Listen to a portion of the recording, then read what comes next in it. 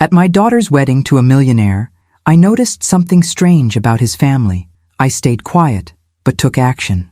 10 minutes later, the wedding ended right there. The Montgomery estate in the Hamptons sprawled before me like something from a magazine spread. Manicured gardens, white tents billowing in the sea breeze, champagne fountains catching the afternoon sun. Everything gleamed with wealth and privilege, a world away from the modest university campus where I taught psychology. My daughter Olivia stood beneath a rose-covered arch, radiant in her designer gown, gazing adoringly at Ethan Montgomery as he recited his vows. She'd always been beautiful, but today she shimmered with happiness, finally attaining the life of luxury she'd dreamed of since childhood. A life I could never provide her as a widowed professor who'd raised her on a single income. "You are everything I've been searching for," Ethan was saying, his voice carrying across the assembled guests. 300 of New York's elite, with me and my sister Janet, representing Olivia's entire family side. I should have been fully absorbed in the moment, teary-eyed with maternal pride. Instead, a persistent unease had been growing within me since we'd arrived at the Montgomery estate yesterday. 20 years of teaching human behavior had honed my ability to read people, and something about the Montgomery family felt rehearsed, like actors hitting their marks in a well-practiced play. Diana Montgomery, Ethan's mother, sat in the front row, her posture perfect, her smile fixed. Every 45 minutes precisely, she discreetly took a pill with a sip of champagne. Her eyes never quite matched her smile when she looked at my daughter. Walter Montgomery, the pharmaceutical tycoon and family patriarch, moved through the crowd with calculated charm, but I'd noticed how servers flinched when he approached and how his smile vanished the instant he turned away from conversations. Most concerning was Ethan himself. The man marrying my daughter kept checking his phone throughout the ceremony, his expression tightening each time. During what should have been the most important moment of his life, his attention was clearly elsewhere. As the officiant continued the ceremony, I shifted in my seat, trying to shake off my discomfort. Perhaps I was being overprotective, seeing problems where there were only normal pre-wedding jitters. Maybe my middle-class background made me naturally suspicious of such overwhelming wealth. "I'll be right back," I whispered to Janet, slipping away toward the restroom inside the main house. The Montgomery mansion was eerily quiet compared to the celebration outside, my heels clicking on marble floors as I navigated the cavernous hallways. Approaching the bathroom, I slowed at the sound of male voices coming from a partially open door to a study. "The situation with the contaminated batch is contained for now," I heard Walter Montgomery saying, his voice stripped of the charm he displayed publicly. "But we need someone to take responsibility when it breaks." Another male voice responded, too low for me to make out clearly. "Ethan assured me his wife will be perfect for that," Walter continued. "Once this wedding is over, we can transfer the legal liability without raising suspicions." I froze, my body pressed against the wall, heart hammering. Had I misheard? Were they talking about my daughter? "The regulatory filing deadline is Tuesday," the second man said, audible now. "How quickly can the new Mrs. Montgomery be installed as Director of Quality Control?" "The paperwork is already prepared, backdated appropriately. She'll sign it tomorrow during the tour of the company Ethan has planned. By the time the FDA investigation intensifies, her signature will be on all the relevant approvals. And she has no pharmaceutical experience? That's perfect. Negligence rather than malice. Shorter sentence. Sentence. The word echoed in my mind like a gunshot. I must have made a sound because the voices suddenly stopped. I hurried toward the bathroom, locking the door behind me as footsteps passed in the hallway.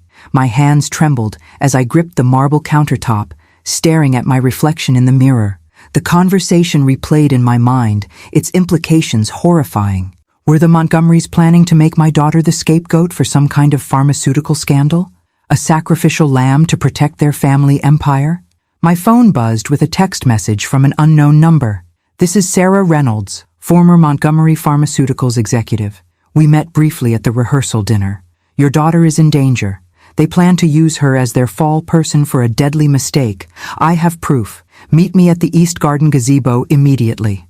"You have minutes, not hours." I remembered Sarah, a poised woman in her 50s who'd seemed uncomfortable during the dinner, barely touching her food as Walter gave a speech about welcoming Olivia to our family business. Splashing cold water on my face, I forced myself to breathe deeply, to think clearly. My academic background in psychology had taught me to question, analyze, verify before jumping to conclusions. But my maternal instincts were screaming. Returning to the ceremony, I slid back into my seat beside Janet. The officiant was now asking if anyone knew of any reason why this couple should not be joined in marriage. The traditional moment of silence followed. No one spoke. Of course not. The Montgomerys had orchestrated every detail of this day to perfection. Ethan's phone buzzed again. He checked it surreptitiously, his jaw tightening momentarily before his practiced smile returned. "Now," the officiant continued, "I invite the couple to exchange rings as a symbol of their endless commitment." Endless commitment. The phrase struck me as darkly ironic, given what I just overheard. How committed was Ethan to my daughter if he was planning to sacrifice her freedom to save his family's reputation? I had minutes to act. Once those rings were exchanged, once the marriage was legal, their plan would proceed. Tomorrow, they would take her to the company, have her sign backdated documents, position her to take the fall for whatever contaminated batch disaster they were covering up. I needed to reach my daughter. I needed to find Sarah Reynolds and see her proof. I needed to stop this wedding before it was too late. As Ethan reached for the ring to place on Olivia's finger, I made my decision. 20 years of cautious academic observation gave way to maternal determination. I stood up. "I'm so sorry," I announced, loud enough to halt the proceedings. "I'm feeling terribly unwell. Olivia, darling, could you please help me for a moment?" 300 faces turned toward me, expressions ranging from concern to annoyance at the interruption. Olivia looked momentarily conflicted, then whispered something to Ethan and hurried to my side. "Mom, what's wrong?" she whispered, taking my arm. "Can it wait 5 minutes?" "No," I said firmly, guiding her away from the altar.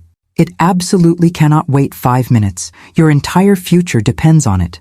"Mom, you're scaring me," Olivia whispered as I pulled her toward the east garden, away from the puzzled murmurs of 300 guests.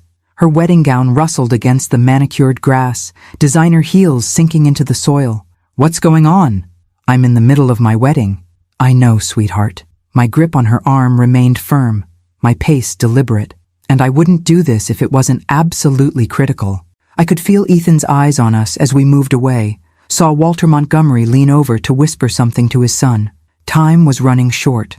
Whatever window of opportunity I had was closing fast. The East Garden gazebo stood partially hidden behind a row of perfectly trimmed hedges, offering a small pocket of privacy amidst the sprawling estate. Sarah Reynolds was waiting, a leather portfolio clutched to her chest, her elegant gray suit contrasting sharply with her tense expression. "Mrs. Wilson, thank you." Her voice was low, controlled, but I could hear the urgency beneath her professional demeanor. "Olivia, we haven't been properly introduced. I'm Sarah Reynolds. I was Executive Vice President of Regulatory Affairs at Montgomery Pharmaceuticals until 5 years ago." "What is this about?" Olivia's confusion was giving way to irritation. She glanced back toward the ceremony. "Everyone's waiting. Ethan is waiting. Ethan is why we're here." Sarah opened her portfolio, removing a USB drive and several documents. "Olivia, I need you to listen carefully. The Montgomery family plans to use you as a scapegoat for a pharmaceutical disaster they created. They intend to make you legally responsible for approving a contaminated medication that has already killed 12 people. Olivia's face went blank with shock. That's insane. Ethan loves me. We're getting married." "You're getting married because they need someone outside the family to take the fall," I said gently, showing her the text message from Sarah. "I overheard Walter discussing it with someone just minutes ago." Sarah handed Olivia an email printout. "This is from Ethan to his father, dated 3 months ago, 2 weeks after your engagement was announced." Olivia's hands trembled as she read aloud. "Dad, I agree Olivia is perfect for our purposes. She's ambitious enough to accept an executive title without asking questions about actual responsibilities, and naive enough to believe we're giving her an opportunity based on merit." Her voice faltered.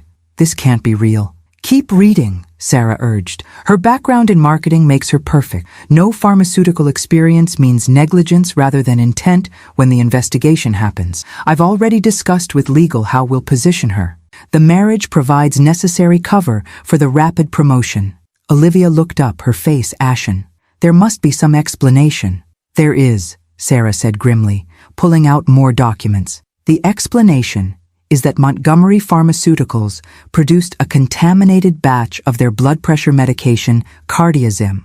They discovered the contamination during quality testing, but shipped it anyway because recalling it would have impacted their stock price before an important merger. I wrapped an arm around Olivia's shoulders as Sarah continued, laying out the evidence methodically. 12 people have died so far from fungal infections traced to the contamination. The FDA investigation is intensifying. They need someone to take responsibility, someone who isn't named Montgomery. Sarah's gaze was steady, sympathetic, but unflinching. That's you, Olivia. Tomorrow, during your tour of the company, they plan to have you sign paperwork accepting a position as Director of Quality Control, backdated to before the contamination was discovered. When the investigation concludes, you'll be the one facing criminal charges, I added softly, the horror of it constricting my chest. Not Ethan, not Walter, you. Olivia shook her head repeatedly, wedding veil swaying with the movement. No, Ethan wouldn't do this to me. We're in love. We're starting a life together. Sarah pulled out her phone, tapped the screen, and handed it to Olivia. This is a recorded conversation between Ethan and Walter from last week. I still have sources inside the company who are as disgusted by this as I am. Ethan's voice emerged from the phone, unnervingly casual. Dad, are you sure we need to actually marry her for this to work? The engagement gave us the cover we needed for the paperwork prep. Walter's response was immediate. The marriage creates a stronger legal shield, son. Spousal privilege. She can't be compelled to testify against you if it comes to that. And after? Once she's served her purpose? Divorce is simple enough. The prenup ensures she gets nothing from the Montgomery fortune. Though I doubt it will come to that. She'll likely be in prison for at least 3 years. Federal sentencing guidelines for negligence leading to death are quite clear. Olivia swayed on her feet. I tightened my grip around her shoulders, feeling her body begin to shake. He said he loved me, she whispered, her voice breaking. I'm so sorry, Olivia, Sarah said, genuine compassion in her eyes. I was like you once. I believed in the Montgomerys and what our company stood for. When I discovered what they were willing to do for profit, I confronted Walter. They forced me out with an ironclad NDA and threats to destroy my career. I've been gathering evidence ever since, waiting for the right moment to expose them. Why now? I asked. Why this moment? Because once Olivia signs those documents tomorrow, she becomes legally culpable. The moment that ring goes on her finger, the trap closes. Sarah checked her watch. We have maybe 5 minutes before they come looking for you. As if summoned by her words, I spotted Ethan emerging from behind the hedges, his face a mask of concern that no longer looked genuine to my eyes. Walter followed close behind, his expression considerably less controlled, anger barely concealed beneath a veneer of worry. Darling, is everything all right? Ethan called, striding toward us. Your mother seems unwell. Perhaps we should get her inside and continue with our ceremony? I felt Olivia stiffen beside me, saw something shift in her eyes as she looked at the man she'd been about to marry, the scales falling away, harsh reality replacing romance. Actually, she said, her voice stronger than I expected, I think we need to discuss something important, Ethan. She held up the papers in her hand. Like why you told your father I'm perfect to take the fall for your contaminated medication.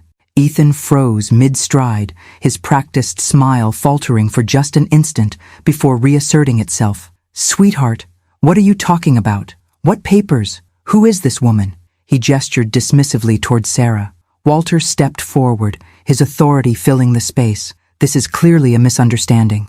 Ms. Reynolds is a disgruntled former employee with a personal vendetta against our family.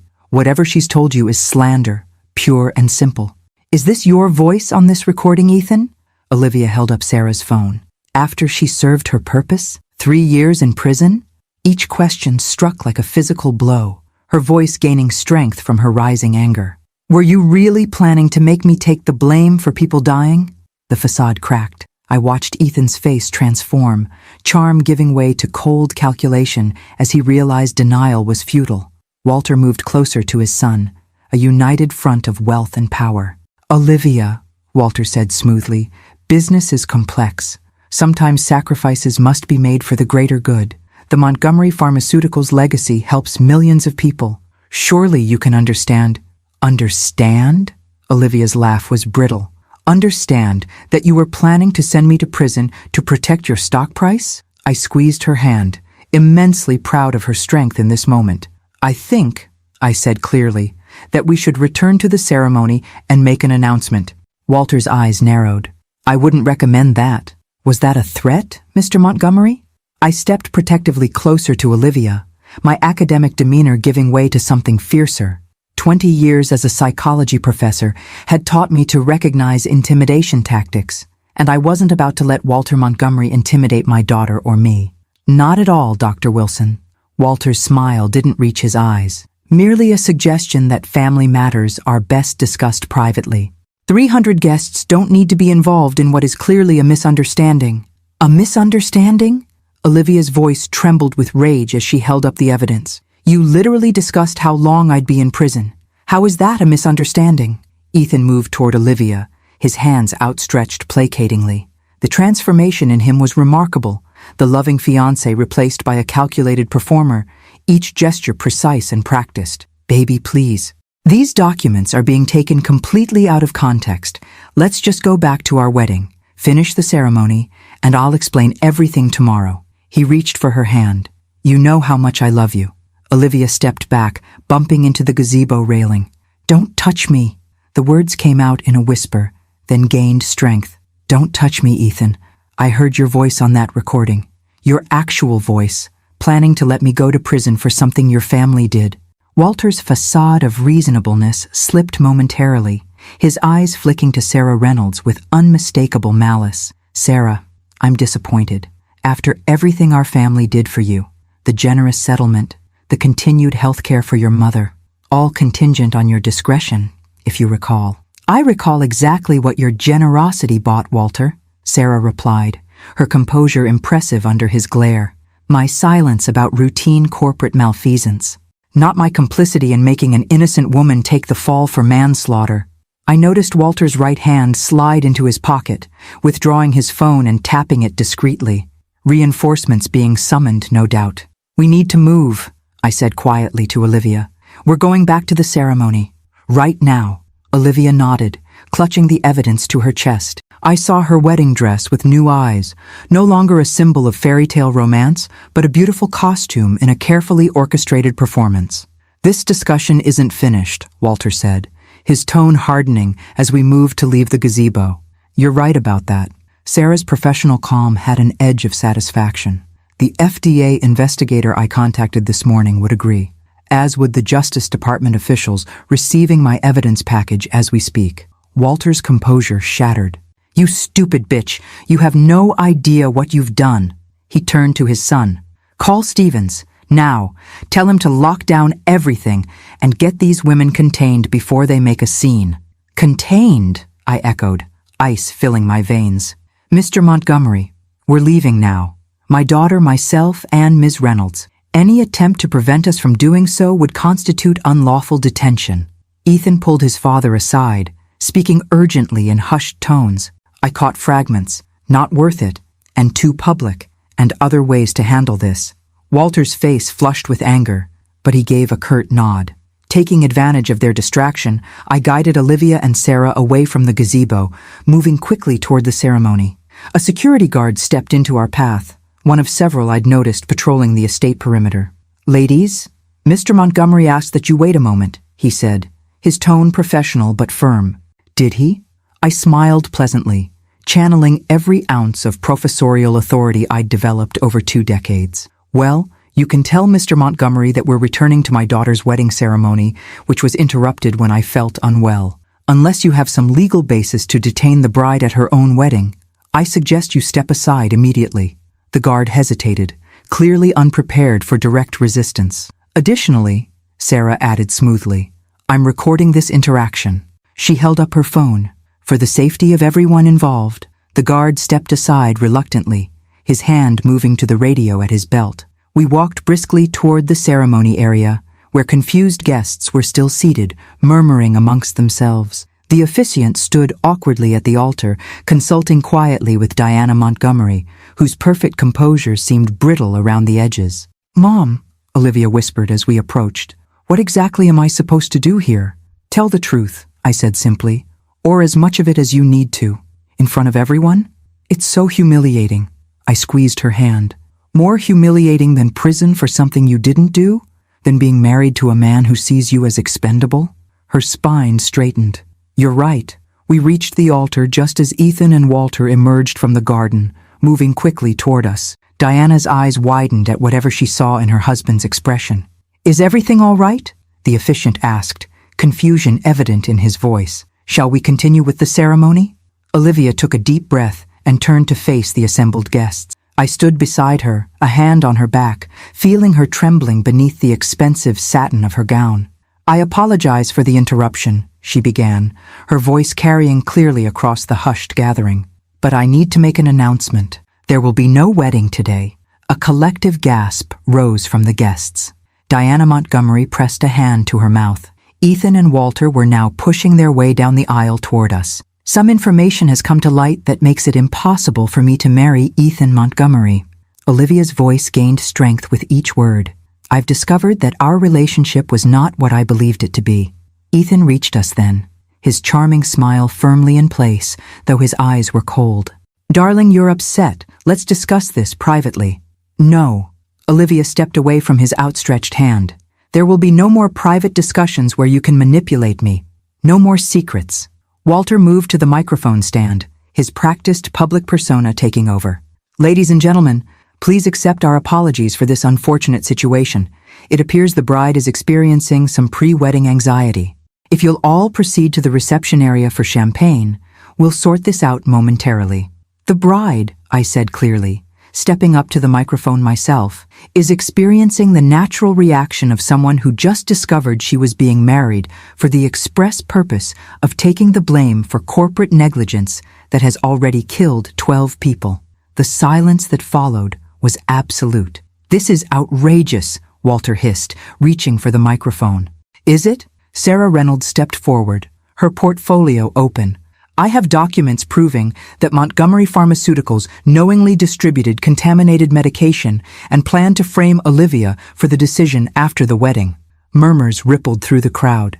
I spotted several guests discreetly recording on their phones. Among the assembled elite were journalists, competitors, and social media influencers. Exactly the audience the Montgomerys would least want to witness this revelation. "These are serious accusations," Walter said, voice tight with controlled fury. "Completely unfounded, libelous accusations from a disgruntled former employee with mental health issues." Olivia stepped forward, dignity wrapped around her like armor despite her elaborate wedding gown and tear-streaked makeup. "I have heard Ethan's voice on a recording discussing how I would serve as the perfect scapegoat," she said, her voice unwavering. "Discussing how my marketing background and lack of pharmaceutical experience would make negligence charges stick. Discussing how my prison sentence would likely be 3 years. Ethan's facade finally cracked. "Olivia, stop. You don't understand how these things work. Sometimes in business, you frame your wife for manslaughter." Her laugh was bitter. "Is that the lesson here?" The crowd's murmuring grew louder. Several guests stood, moving toward the exits or pulling out phones. Diana Montgomery had gone deathly pale, reaching into her purse for what I assumed were her pills. Walter's security team was converging on us now, but it was too late. The damage was done. The perfect Montgomery image was unraveling in real time before hundreds of witnesses. "This wedding is over," Olivia announced, her voice steady despite everything. "And so is my relationship with the Montgomery family." As if to punctuate her declaration, she pulled the diamond engagement ring from her finger and placed it deliberately on the altar. The next 48 hours passed in a blur of motion and emotion. From the moment Olivia placed that diamond ring on the altar, a gesture that felt both defiant and heartbreaking in its finality, events accelerated with dizzying speed. Walter Montgomery's security team had moved to surround us, but they hesitated when confronted with 300 witnesses and dozens of recording phones. In that critical moment of uncertainty, Sarah Reynolds made a call that changed everything. "Agent Davis," she said clearly into her phone, "I'm at the Montgomery estate. The situation has escalated. We could use your presence now." I didn't know if there actually was an Agent Davis on the other end of that call, but the effect was electric. Walter's security team backed off immediately. Walter himself went ashen, years of careful calculation crumbling before my eyes as he realized how completely he'd lost control of the situation. "Ladies and gentlemen," the officiant announced awkwardly, "it appears the ceremony has concluded. Please proceed to your vehicles." The elegant exodus that followed was anything but orderly. Guests hurried away, their expressions ranging from shocked to morbidly fascinated. Several approached Olivia with quiet words of support. Others pointedly avoided eye contact, their allegiances clearly with the Montgomery fortune rather than the truth. Diana Montgomery collapsed, whether from genuine shock or a calculated diversion, I couldn't tell. The resulting commotion allowed Ethan and Walter to retreat into the mansion without further confrontation. Janet, my sister, appeared at my side. "I've called a car," she said, her arm protectively around Olivia's shoulders. "Let's get out of here before they regroup." We left the Montgomery estate with Sarah Reynolds accompanying us, her portfolio of evidence clutched tightly to her chest. No one tried to stop us. The family that had so meticulously planned my daughter's downfall seemed suddenly paralyzed, their perfect script shattered beyond repair. In the car, Olivia finally broke down, great heaving sobs that shook her entire body. I held her as she cried, her wedding dress crushed between us, her carefully styled hair coming undone. "I loved him, Mom," she whispered between sobs. "I really thought he loved me." "I know, sweetheart. What else could I say?" No words could soften the brutal reality that the man she'd trusted had seen her as nothing more than a convenient sacrifice. They were going to send me to prison. Actually send me to prison. Her voice held bewildered horror. How could anyone do that? Sarah, seated across from us, answered quietly.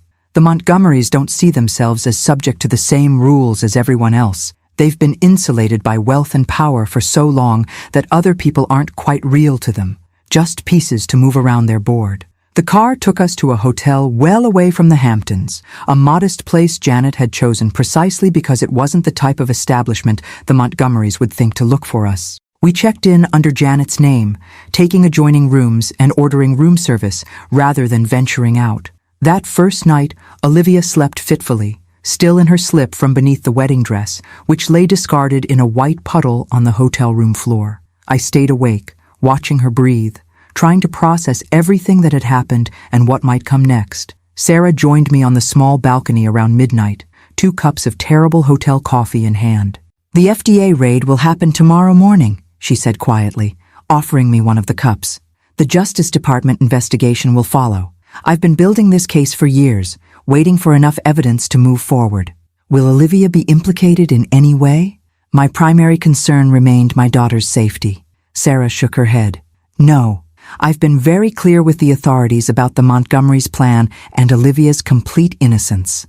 In fact, she'll likely be asked to testify against them eventually. Is that safe? These people were willing to send her to prison to protect themselves. What else might they do?" "That's precisely why I recommended we stay somewhere unexpected tonight," Sarah acknowledged. "But once the federal investigation begins, the Montgomerys will be far too preoccupied with their own legal problems to retaliate. Walter and Ethan will be fighting for their freedom, not plotting revenge." I sipped the bitter coffee, watching the suburban parking lot below our balcony. How strange that just hours ago we'd been at one of the most opulent estates on the East Coast, and now we were hiding in a roadside hotel that advertised free HBO as its main amenity. "Why did you do it?" I asked suddenly. "Help us, I mean. You must have taken an enormous risk." Sarah was quiet for a moment, her face partially shadowed in the dim light. 5 years ago, I discovered that the company was falsifying data on a new drug's clinical trials. When I brought it to Walter's attention, expecting him to be as appalled as I was, he offered me a choice: take a generous severance and keep quiet, or be destroyed professionally and personally. She sighed. I took the money. My mother was sick, needed expensive care. I justified it to myself. "But you kept gathering evidence," she nodded. "People died from that drug too. Fewer than the current situation, but each death weighed on me. I couldn't let it happen again, especially not to an innocent young woman who'd been deliberately set up." Morning brought news alerts about Montgomery Pharmaceuticals. FDA officials had entered their headquarters with search warrants. Trading of the company's stock was temporarily suspended. A preliminary statement mentioned an investigation into quality control violations related to their blood pressure medication. Olivia watched the coverage on the hotel television, her expression unreadable. She'd barely spoken since waking, moving through her morning routine mechanically, her eyes red-rimmed from crying. "What happens now?" she asked finally, turning to Sarah and me. "To them? To me? The Montgomerys will fight the charges with every resource at their disposal," Sarah explained. "They have powerful connections, expensive lawyers, but the evidence is substantial. Eventually, they'll likely face criminal charges. And me?" Olivia's voice was small. I moved to sit beside her on the bed. "You rebuild, sweetheart, one day at a time." She laughed hollowly. "Rebuild what? My career is tied to clients who are all connected to the Montgomerys. My apartment is filled with things Ethan bought. My friends," she broke off. God, were any of them actually my friends? Or were they all just part of the plan too? "Not everything in your life was a lie," I said firmly. "You had a life before Ethan Montgomery. You'll have one after him. Your mother's right," Sarah added. "And when you're ready, your testimony could help ensure the Montgomerys face consequences for what they've done, not just to you, but to all the patients harmed by their negligence." Olivia nodded slowly, something hardening in her expression. "Yes, I want that. I want them to face consequences." My phone buzzed with an incoming call, an unfamiliar number with a Manhattan area code. I almost declined it, wary of unknown callers after everything that had happened, but something made me answer. "Dr. Wilson, this is Special Agent Rebecca Torres with the FBI. I understand you and your daughter have information relevant to our investigation into Montgomery Pharmaceuticals. We'd like to arrange a formal interview as soon as possible." I looked at Olivia, mouthing FBI silently. She straightened her shoulders and nodded firmly. "Yes, Agent Torres, we do have information and we're ready to share it." As I arranged the details of our meeting with the FBI, I watched my daughter transform before my eyes, grief giving way to resolve, betrayal hardening into determination. The Montgomerys had mistaken her ambition for naivety, her trust for weakness. They had planned to use those qualities to destroy her.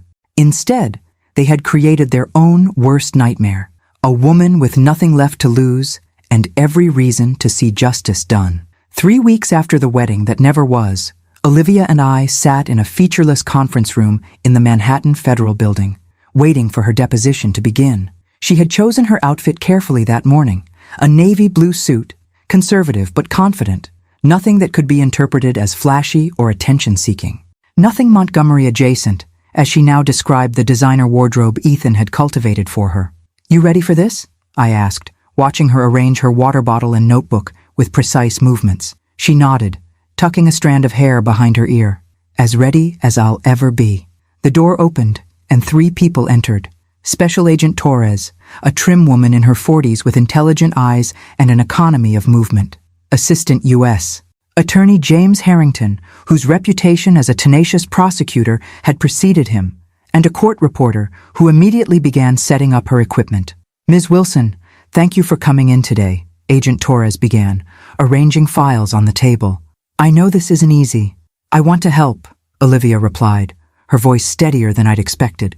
In the weeks since the wedding, she'd cycled through grief, rage, humiliation, and finally, a steely determination that reminded me so much of her father, it sometimes took my breath away. The formal part of the deposition began with standard questions. Olivia's background, her relationship with Ethan, how they'd met at a marketing event where her agency had been hired to rebrand a Montgomery Pharmaceuticals subsidiary. "When did you first become aware of the position that was being created for you at Montgomery Pharmaceuticals?" Harrington asked, his tone neutral but attentive.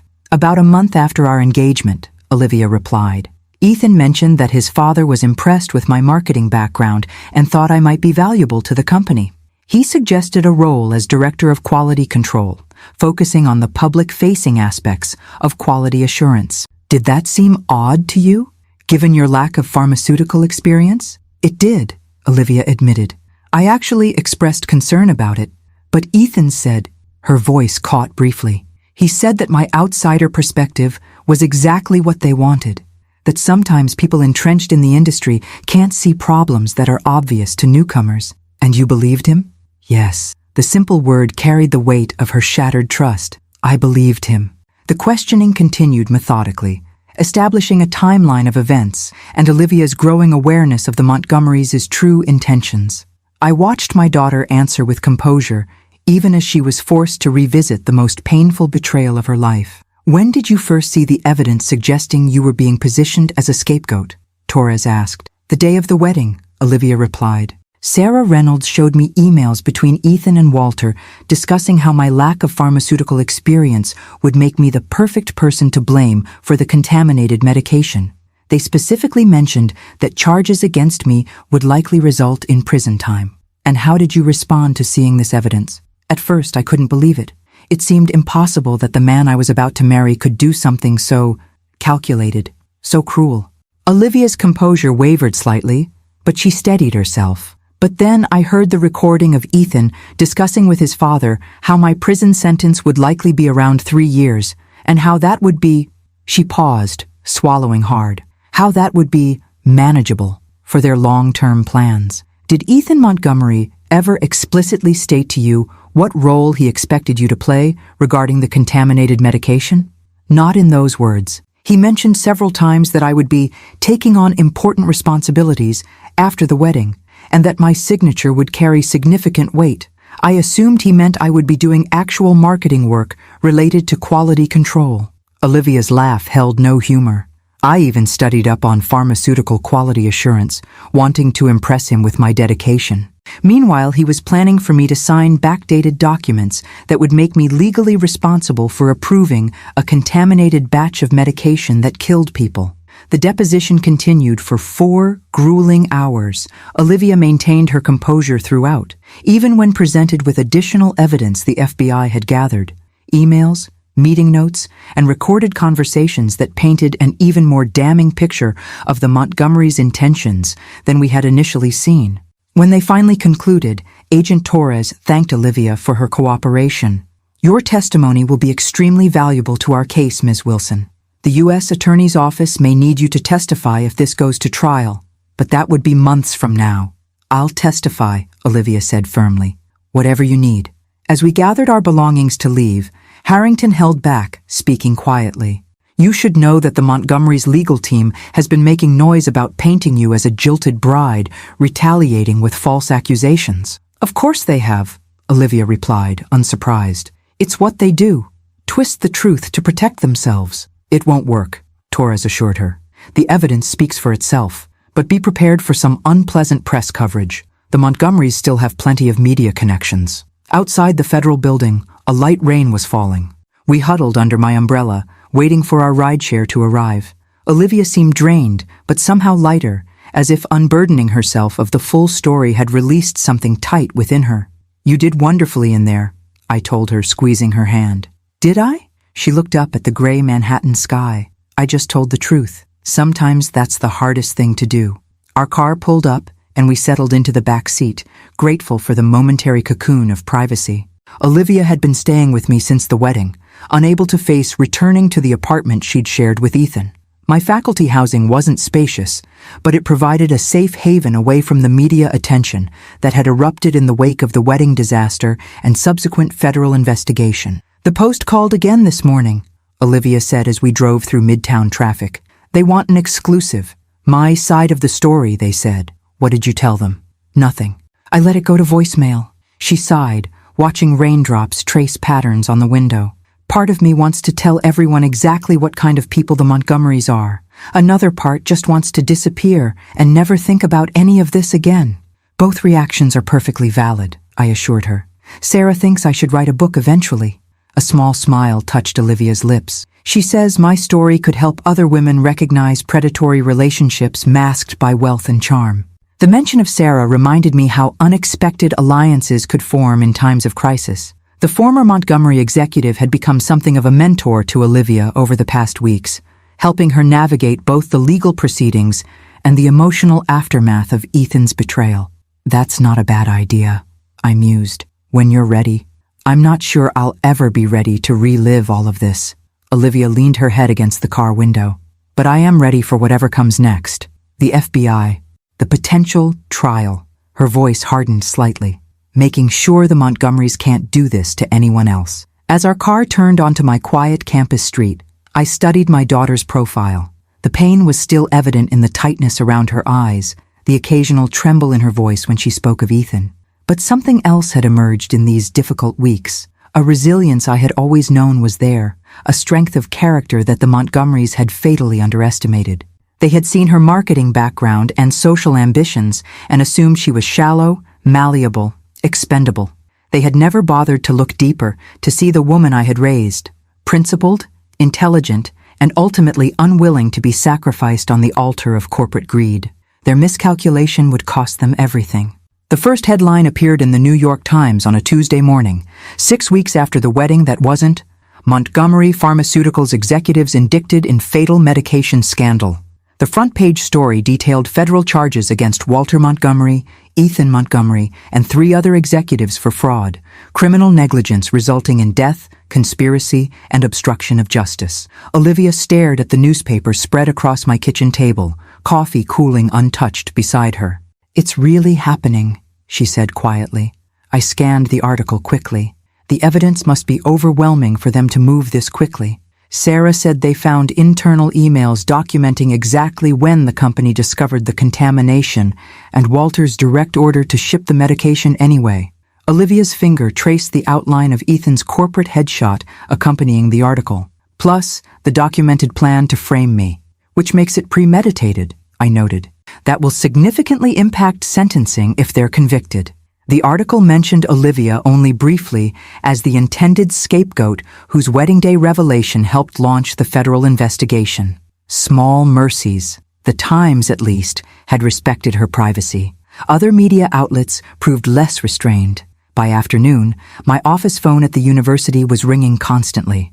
Reporters had somehow obtained my faculty contact information and were desperate for comments. The department secretary, bless her, ran interference after the third call, telling all subsequent callers that Dr. Wilson was unavailable and would not be making statements. When I returned to my faculty apartment that evening, 2 news vans were parked outside. A young reporter approached as I walked from my car, microphone extended. "Dr. Wilson, can you comment on the indictment of your almost son-in-law? How is your daughter handling the revelation that her fiancé planned to make her take the fall for 12 deaths? I kept walking, keys clutched tightly in my hand. No comment. Is it true Olivia discovered the plot just minutes before saying "I do"? That you orchestrated a dramatic wedding intervention? The sensationalism made my stomach turn. Please respect our privacy during this difficult time. Inside, I found Olivia on the couch, laptop open, scrolling through an apparent avalanche of messages. Her expression was grim. "It's everywhere, Mom. Every news outlet, social media, industry blogs." She turned the screen toward me, showing a particularly vicious headline from a tabloid. "Jilted bride or corporate whistleblower. The woman who brought down the Montgomerys. They can't seem to decide if I'm a victim or a vindictive ex," Olivia continued, her voice tight. "The Montgomery PR machine is already spinning.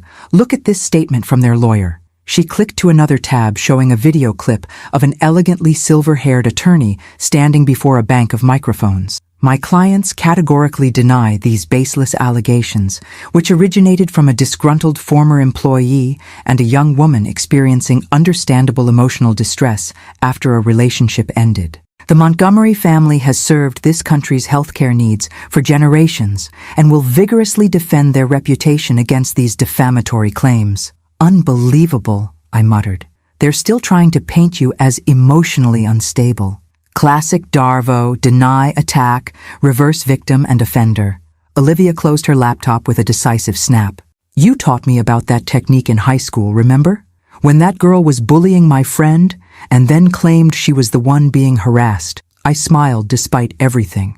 "I'm impressed you remember my amateur psychology lessons. They're coming in handy now." She ran a hand through her hair, which had grown out from the elegant wedding style, returning to its natural waves. "I got calls from 3 former colleagues today. Apparently Montgomery connections run deep in the marketing world. 2 basically told me I was radioactive now, career-wise. The 3rd offered me a job writing an exposé blog about pharmaceutical marketing. Any interest in that last option?" "God, no." She shook her head emphatically. I don't want to build a career on being the Montgomery whistleblower. I want to move forward. Her phone buzzed with an incoming call, the fifth in the past hour. She checked the screen and grimaced. Another college friend, probably wanting inside information for their Instagram. You could turn it off, I suggested gently. And hide? That feels like letting them win somehow. Nevertheless, she silenced the ringer, placing the phone face down on the coffee table. The next morning, the media presence outside had doubled. I called campus security, who helped escort us to my car, parked in the faculty lot. Reporters shouted questions as we hurried past, cameras capturing our retreat. Dr. Wilson, did you suspect something was wrong before the wedding day? Olivia, did you ever suspect Ethan was using you? How does it feel to narrowly escape being framed for manslaughter? In the safety of my car, Olivia's composure finally cracked. How long is this going to last? I feel like I'm living in a fishbowl. The news cycle will eventually move on, I assured her, though I wasn't entirely convinced. The Montgomery case had all the elements of an enduring scandal. Wealth, betrayal, corporate malfeasance, lives lost. It was catnip to media outlets. We drove to Sarah Reynolds' apartment in Brooklyn, where she had invited us for lunch away from the campus media circus. Her building had security that kept reporters at bay, and the apartment itself offered sweeping views of the Manhattan skyline, a reminder of the life she'd built after leaving Montgomery Pharmaceuticals. I see you've discovered the joy of being news fodder, Sarah commented dryly, pouring us each a glass of wine despite the early hour. Welcome to the Montgomery experience. When I left the company, they had surrogates suggesting I had mental health issues, drug problems, and an inappropriate relationship with a board member, all simultaneously, somehow. How did you handle it?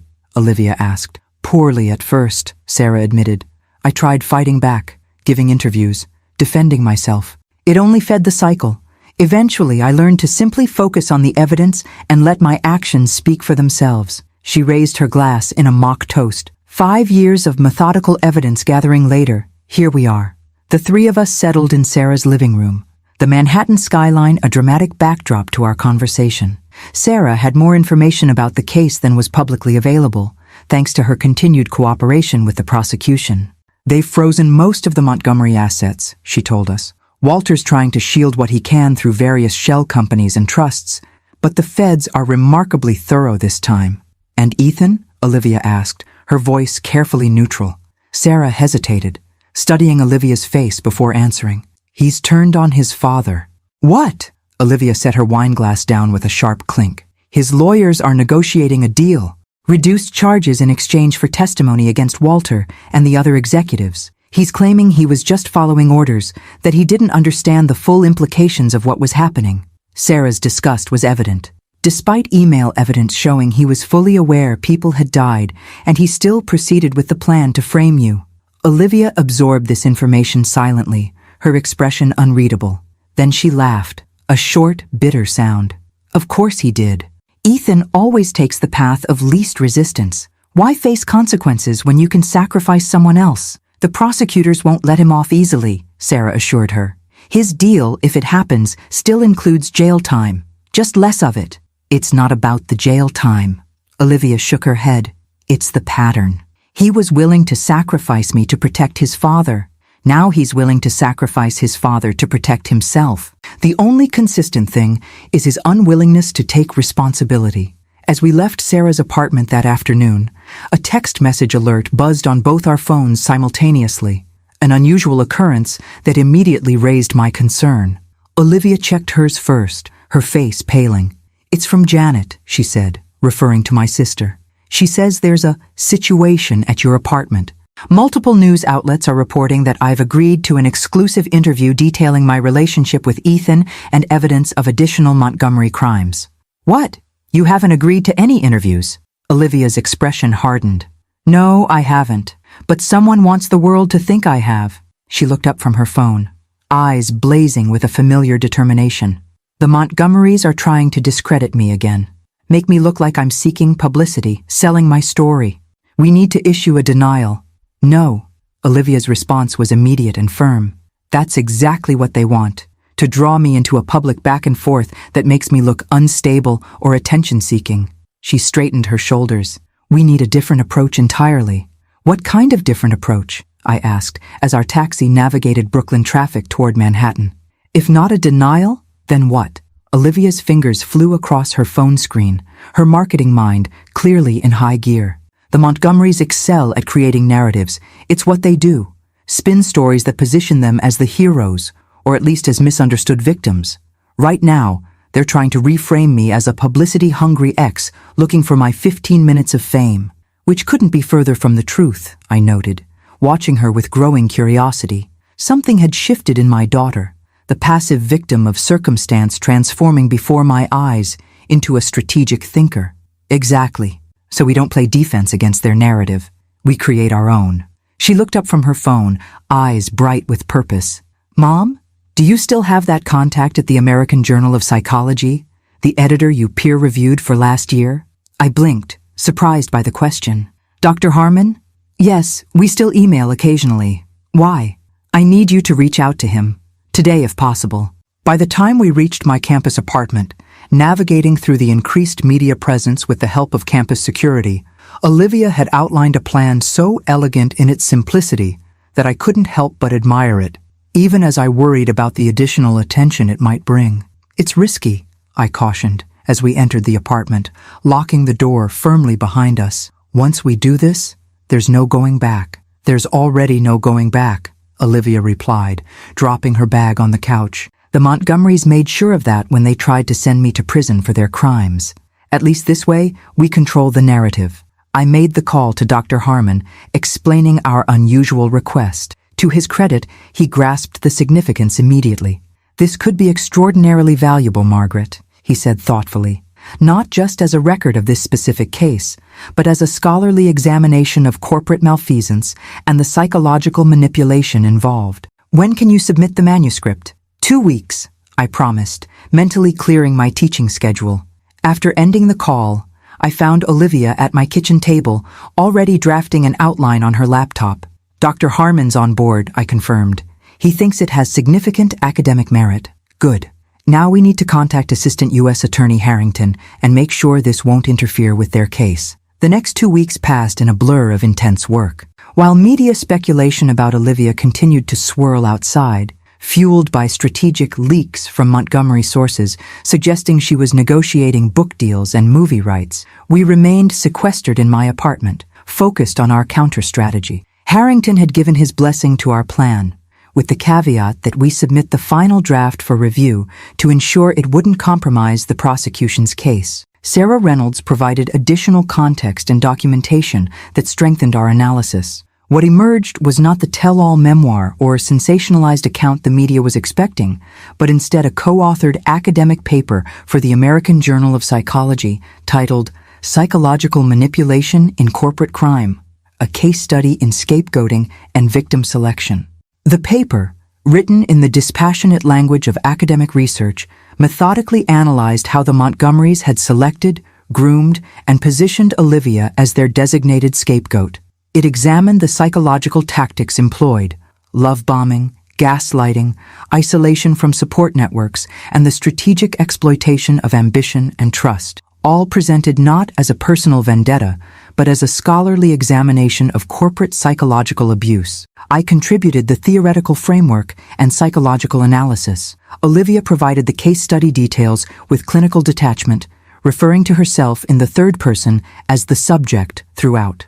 Together, we transformed her traumatic experience into a valuable contribution to the academic understanding of how powerful entities select and manipulate victims.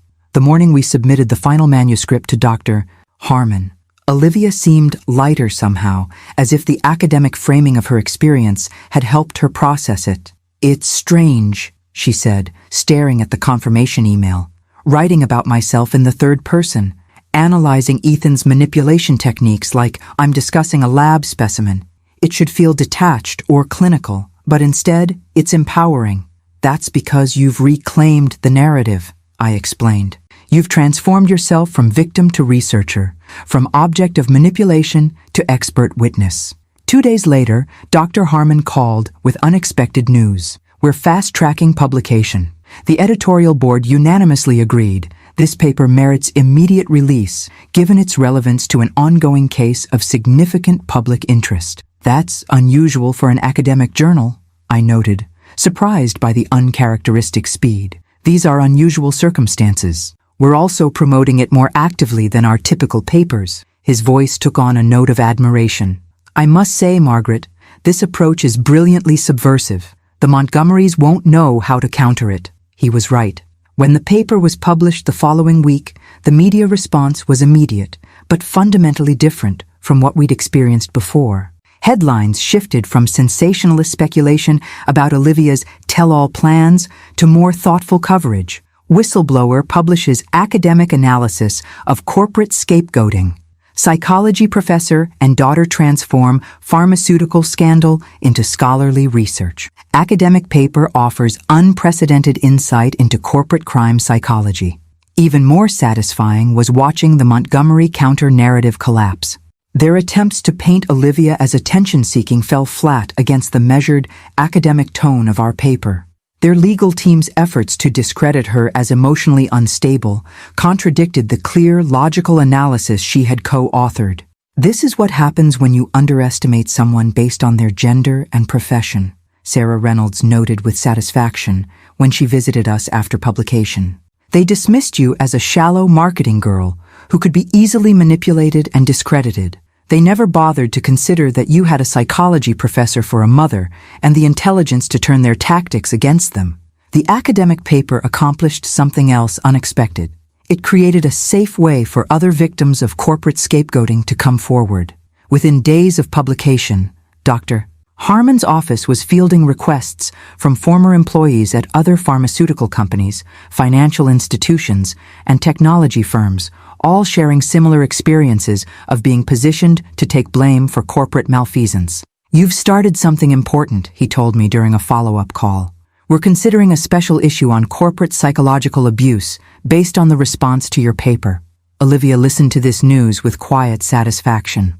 Good, she said after I relayed Dr. Harmon's comments. Maybe some other perfect scapegoat will recognize the warning signs before it's too late. The most unexpected response came a week after publication. A handwritten letter addressed to Olivia, delivered to my faculty mailbox. The elegant script on expensive stationery belonged to Diana Montgomery. Olivia opened it with trembling hands, reading aloud. Ms. Wilson, I've read your academic paper. While I cannot comment on the legal case, I feel compelled to say this. You saw my family more clearly in a few months than I have allowed myself to see them in decades. Your analysis of how they select their victims resonated with painful familiarity. I was once young and ambitious too, before I became another kind of casualty of the Montgomery empire. I wish you healing and justice. Diana Montgomery. Olivia set the letter down carefully. She was a victim too, she said softly. In a different way, but still. The patterns repeat, I agreed. Different victims, same tactics. Not anymore. Olivia's voice strengthened with conviction. Not for Diana, not for me, and hopefully not for whoever they might have targeted next. For the first time since the wedding day, I saw genuine peace in my daughter's expression. Not the absence of pain, but the presence of purpose. In transforming her experience into knowledge that might protect others, she had found a path forward through the wreckage the Montgomerys had created. The Southern District of New York Federal Courthouse stood imposingly against the Manhattan skyline, its neoclassical architecture a visual reminder of the weight of justice being sought within. 4 months after our academic paper was published, Olivia and I climbed those grand steps, surrounded by a phalanx of Justice Department officials rather than reporters, a welcome change from our earlier media encounters. Ready? I asked, pausing before the massive doors. Olivia nodded, smoothing her navy blue suit jacket. As I'll ever be. Today, she would testify in the United States versus Montgomery Pharmaceuticals et al. Case, a pivotal witness for the prosecution. Assistant U.S. Attorney Harrington had prepared her extensively, but nothing could fully ready someone for facing their would-be destroyers across a courtroom. The courtroom was nearly full when we entered. The government side bustled with prosecutors and FBI agents, surrounded by boxes of evidence. The defense side presented a wall of expensive suits, lawyers from 3 prestigious firms representing various Montgomery executives. And there, at the defense table, sat Walter and Ethan Montgomery. Walter looked diminished somehow, his once commanding presence undercut by circumstances. Ethan, by contrast, appeared oddly composed, leaning occasionally to whisper to his separate legal team. The rumors of his cooperation deal with prosecutors had solidified into fact in recent weeks, though the exact terms remained confidential.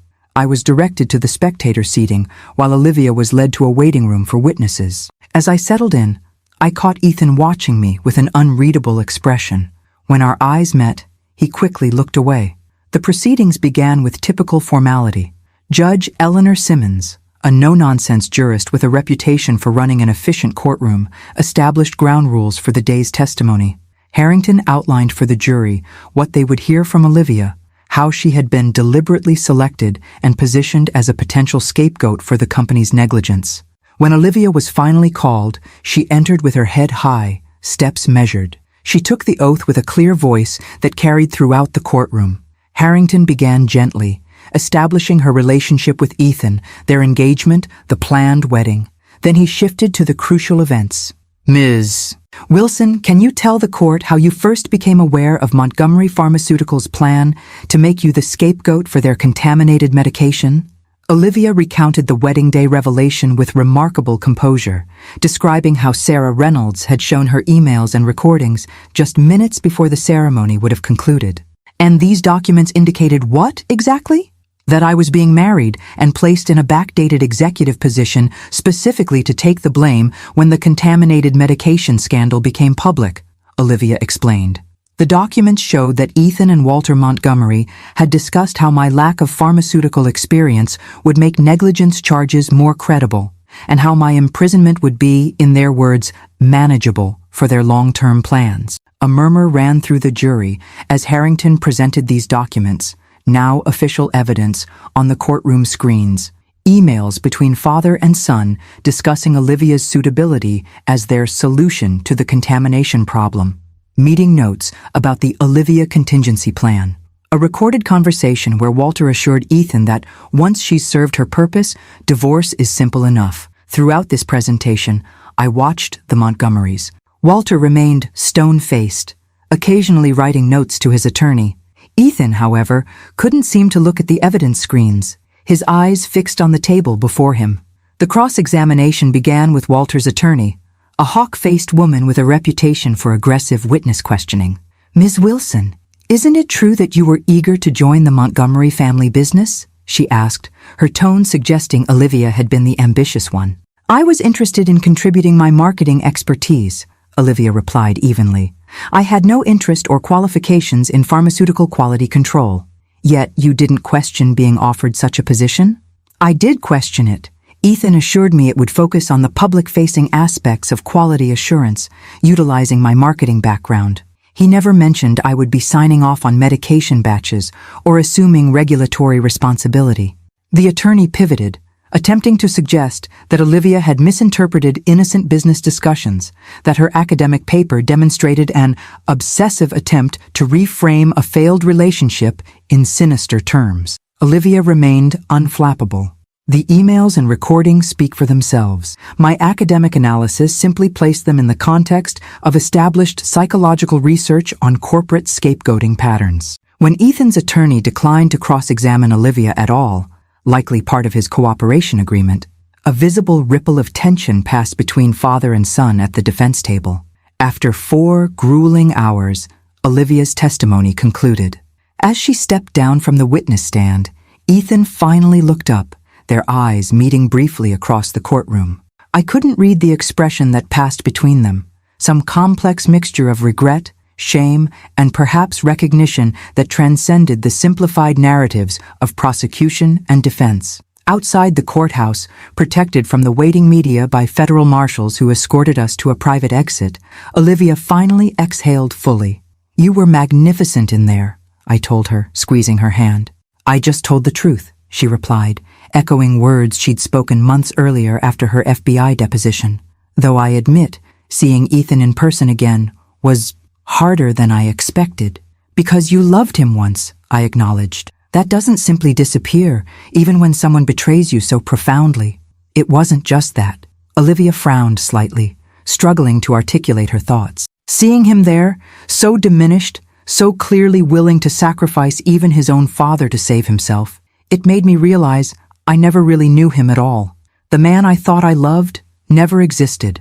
That evening, alone in my apartment while Olivia met with her therapist, a weekly appointment that had become an essential part of her healing process, I received an unexpected call from Harrington. "Dr. Wilson, I wanted to let you know that your daughter's testimony today was exceptionally effective," he began without preamble. "The jury was visibly moved. More importantly, it appears to have caused a rift in the defense strategy." "What do you mean?" "Walter Montgomery fired his legal team immediately after today's session. He's demanding new counsel and claiming his son has been coerced into false testimony against him." I absorbed this information silently, thinking of the Montgomery family dynamics, the controlling patriarch, the compliant son who had finally found the courage to save himself, albeit at everyone else's expense. "There's something else," Harrington continued. "Diana Montgomery has contacted our office. She wants to testify as a witness for the prosecution." "Diana?" I couldn't hide my surprise. "About what?" "Apparently, she has decades of information about similar patterns of corporate malfeasance and cover-ups. She claims your daughter's academic paper gave her the framework and vocabulary to understand what she's witnessed throughout her marriage." After ending the call, I stood at my apartment window, looking out at the university campus where I'd taught for 20 years. How strange that my academic work in psychology, work I'd pursued quietly while raising Olivia alone, had become intertwined with one of the most significant corporate fraud cases in recent history.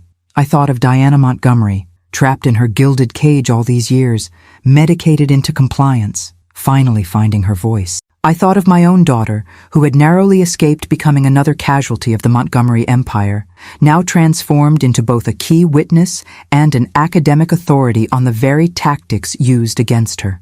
The Montgomery men had underestimated both women catastrophically.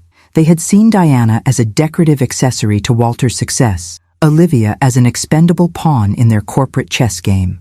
They had failed to recognize the intelligence, resilience, and moral courage that can exist beneath seemingly compliant exteriors. When Olivia returned from therapy, I shared Harrington's news about Diana. "Good for her," Olivia said quietly. "It must have taken enormous courage. Like mother, like daughter-in-law, who never was," I observed with a small smile. Olivia laughed, a genuine sound I'd heard too rarely in recent months. "The Montgomery Women's Rebellion. Not exactly how I planned to bond with my almost mother-in-law." As we prepared dinner together in my small kitchen, I noticed a new lightness in Olivia's movements, a certain peace that had been absent since the wedding day. "You know," she said, chopping vegetables with precise movements, "today in court when I finished testifying, I finally felt it." "Felt what?" "Freedom." She looked up, eyes clear. "Not just from Ethan or the Montgomerys or the media circus. Freedom from wondering if I could have seen it coming, if I should have known somehow. Today I realized that their ability to deceive wasn't my failure. It was their expertise, honed over generations." I hugged her then. This remarkable daughter of mine who had walked through fire and emerged not just intact, but illuminated. Their expertise, I said softly, and ultimately, their downfall. The trial of United States versus Montgomery Pharmaceuticals et al. Lasted 7 weeks. 7 weeks of damning testimony from former employees, FDA investigators, and medical experts. 7 weeks of devastating evidence, falsified quality reports, deleted emails recovered from servers, recordings of executive meetings where the decision to ship contaminated medication was explicitly discussed and approved. Throughout it all, Olivia and I followed the proceedings from a distance, declining to attend after her testimony.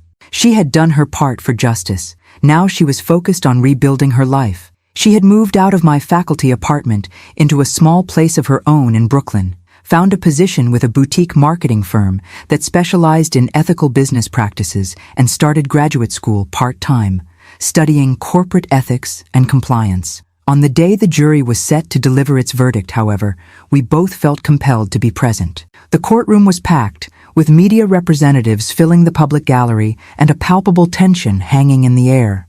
We slipped in quietly, taking seats near the back, just as proceedings began. Judge Simmons addressed the packed courtroom with characteristic efficiency. I understand the jury has reached a verdict. Is that correct? The jury foreperson, a retired school teacher with silver-rimmed glasses, stood. Yes, Your Honor. Please hand the verdict form to my clerk. The clerk accepted the document, delivered it to the judge, who reviewed it briefly before handing it back. The clerk then faced the courtroom and began to read. In the matter of United States versus Montgomery Pharmaceuticals et al., on the count of conspiracy to commit fraud, we find the defendant, Walter Montgomery, guilty. A ripple went through the courtroom. Beside me, Olivia tensed slightly. On the count of criminal negligence resulting in death, we find the defendant, Walter Montgomery, guilty. The clerk continued methodically through the charges against each defendant. Walter Montgomery was found guilty on all 11 counts he faced. 3 other executives received guilty verdicts on most charges. Ethan Montgomery, in accordance with his cooperation agreement, had pleaded guilty to reduced charges weeks earlier. When the final verdict was read, Walter Montgomery showed no visible reaction beyond a slight tightening of his jaw. His empire of pharmaceutical dominance and carefully cultivated respectability had crumbled, yet he maintained the same impenetrable facade he'd worn throughout the trial. Judge Simmons scheduled sentencing for the following month, thanked the jury for their service, and adjourned the court. As spectators began filing out, Walter stood to be escorted back to detention by U.S. Marshals. For a brief moment, his eyes swept the courtroom, landing on Olivia with a flash of cold recognition before moving on. Outside the courthouse, we navigated through the media gauntlet with practiced efficiency, offering only brief, prepared statements. We're gratified by the jury's careful consideration of the evidence, Olivia told the forest of microphones thrust toward her. Justice has been served for the 12 people who lost their lives due to corporate negligence. Do you feel vindicated by the verdict? A reporter called out. Olivia paused, considering the question with typical thoughtfulness. Vindication suggests this was somehow about me. It wasn't. It was about holding powerful people accountable for actions that hurt others. The verdict doesn't undo what was planned for me, but it does prevent similar harm to others in the future. As we moved away from the courthouse steps, a familiar figure approached. Diana Montgomery, elegant as ever in a simple gray suit, but with a new steadiness in her gaze that hadn't been present at the wedding. Ms. Wilson, Dr. Wilson, she greeted us formally. May I speak with you for a moment? We stepped aside to a quieter area, away from the media crush. Up close, Diana looked both older and somehow more present than she had at the wedding, as if layers of carefully maintained facade had been stripped away. I wanted to thank you, she said directly to Olivia. Your testimony, and particularly your academic paper analyzing the psychological patterns at work, they gave me the framework I needed to understand my own experiences over 40 years of marriage. I'm glad it helped, Olivia replied, her tone gentle but not overly familiar. The complicated reality of their connection, almost mother-in-law and daughter-in-law under false pretenses, created an unusual dynamic between them. I've filed for divorce, Diana continued. After my testimony, there was no going back, of course, but truthfully, there was no going back after reading your analysis. She smiled faintly. Academic language can be quite clarifying. It helped me see that what I'd normalized for decades was actually systematic emotional manipulation. What will you do now? I asked, genuinely curious about this woman who had surprised everyone with her eventual courage. Travel, initially. There are so many places I've never seen. Her expression softened with something like wonder.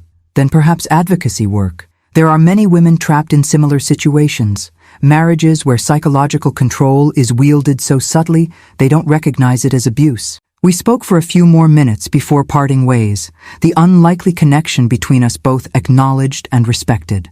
As Diana walked away toward a waiting car, Olivia watched her thoughtfully. She's starting over at 62, she murmured.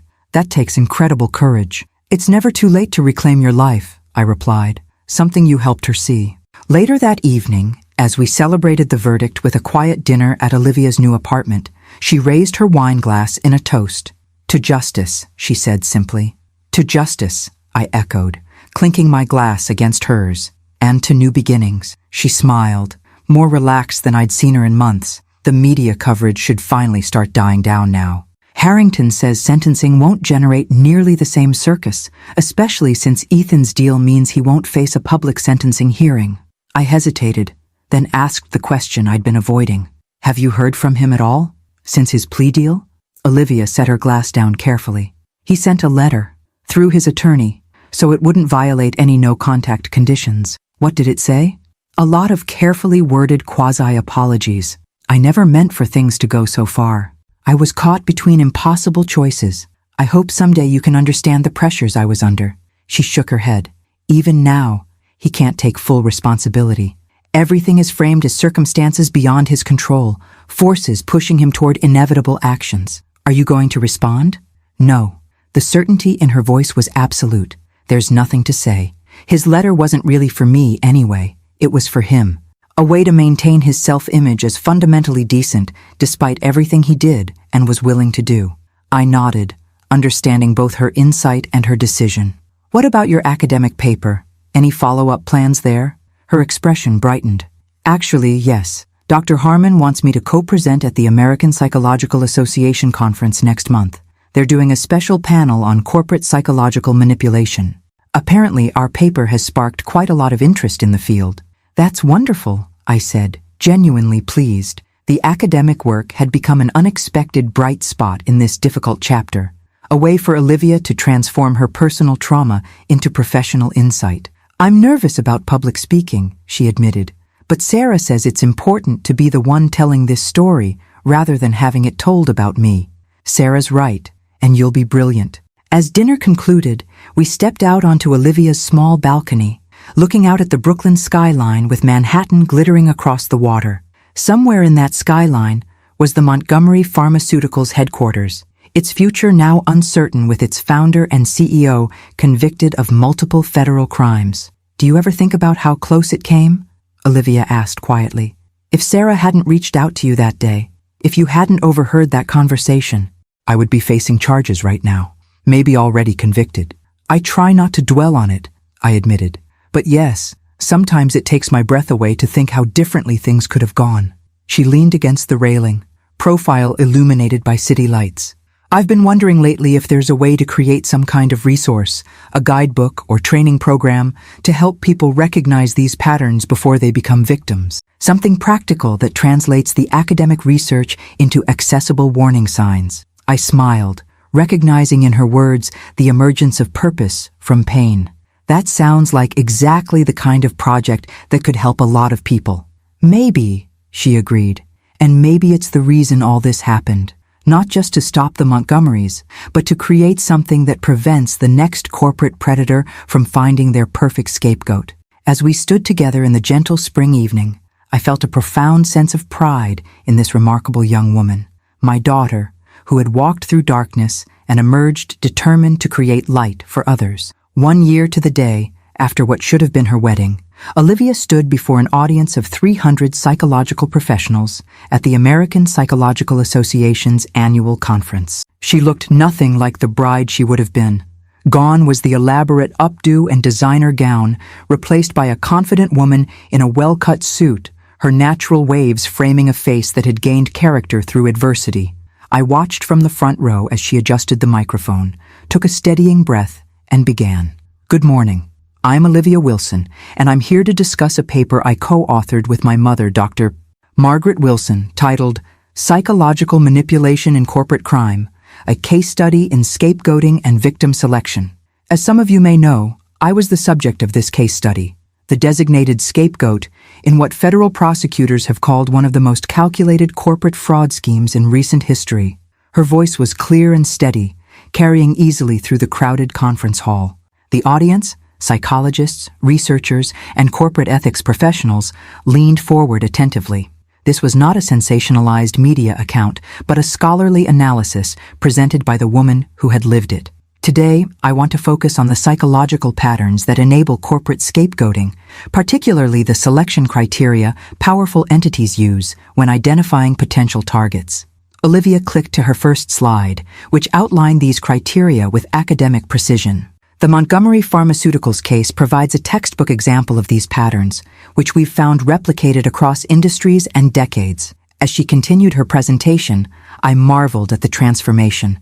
A year ago, Olivia had been shattered by betrayal, her confidence undermined, her future uncertain.